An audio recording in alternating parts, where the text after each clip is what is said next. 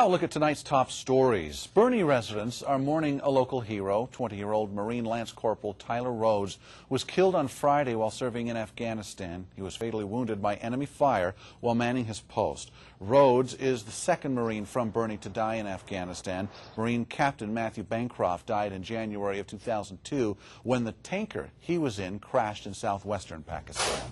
Customer complaints may result in criminal charges against the owner of Chico's Ashley Furniture Store. District Attorney Mike Ramsey told Action News today he's investigating 26 complaints by customers who paid for furniture they never received, and they didn't get a refund. Ramsey says if he determines there was specific intent to steal, Robert Meyer could be charged with felony grand theft. Customers who believe they are victims are asked to call the DA's fraud hotline at that number on your screen, 1-866-DA-FRAUD. A delicate operation is underway in the Gulf of Mexico as BP tries to attach a tighter-fitting cap to its blown-out oil well. Underwater robots are supposed to attach the cap to the well, and if it works, the well will still leak, but the newer, tighter cap will enable BP to capture all the oil and they should be able to funnel it up to the ships on the surface if necessary.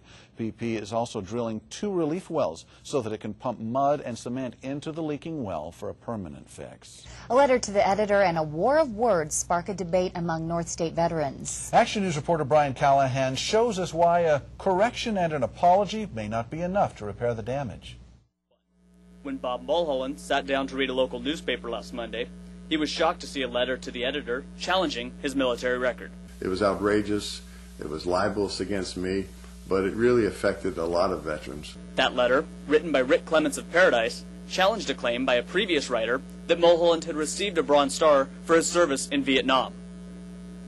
Clements claimed to have received documents through a Freedom of Information Act request showing Mulholland was never awarded the honor. It turns out Clements didn't have all of Mulholland's records when he showed them to the newspaper's editor. All they had to do was call me when they got that libelous letter. One phone call, and I could have faxed them my certificate or the Bronze Star, and that would have been the end of it. The phone call was never made, and the letter was published in the Enterprise Record last Monday. Mulholland immediately went to the paper with his documents. 2 days later, the paper printed a correction with an apology from Clements, but Mulholland isn't satisfied. I think that no libelous attack should go, oh, okay, he says he's sorry. Baloney. When you attack somebody like he did me and all Vietnam veterans, there has to be a response. That response came Sunday morning. Mulholland wrote in asking Clements to make an apology to all veterans and the families of those who died in the line of duty. Mulholland says that despite the trying ordeal, there's one thing that everyone can learn from this. I think it's a message to the community as a whole that be weary of people in politics making these kind of personal attacks with an agenda. In Chico, Brian Callahan, Action News. Enterprise Record editor David Little didn't want to comment on the ongoing battle between Mulholland and Clements. Clements did not return several of our messages and was not at his Chico business this afternoon. 4 people are dead after a domestic dispute ended in an office shooting in Albuquerque, New Mexico. A gunman opened fire at a fiber optics company this morning, killing 3 people and wounding 4 others before turning the gun on himself. Police say the man was a former employee, and it appears was one of the victims was either his ex-wife or girlfriend. It's not clear whether she is among the dead. About 85 employees were in the building at the time. A woman has died after falling from a moving roller coaster in Louisiana. The 21-year-old fell 30 feet from the extreme coaster yesterday. She was pronounced dead at the hospital about an hour later. State officials are inspecting the ride to determine exactly how she fell. The ride will be closed until the investigation is complete. The Tehama County Sheriff's Department is searching for a Hispanic male who escaped during a marijuana eradication last week. On Friday, sheriff's deputies apprehended a man identified only as Pablo at a marijuana grow site in Cedar Creek in the Shasta Trinity National Forest, just west of Red Bluff. Well, deputies eradicated close to 7,000 marijuana plants at that site. While leaving the scene, Pablo took off into the forest with his hands cuffed in front. They were able to take these pictures before he fled. Call the Tehama County Sheriff's Office at 529-7900 if you have any information. A local almond company is hoping to save some green by going green. Action News reporter Sarah Hoxie shows us why going solar made so much sense for these 7 guys from Durham.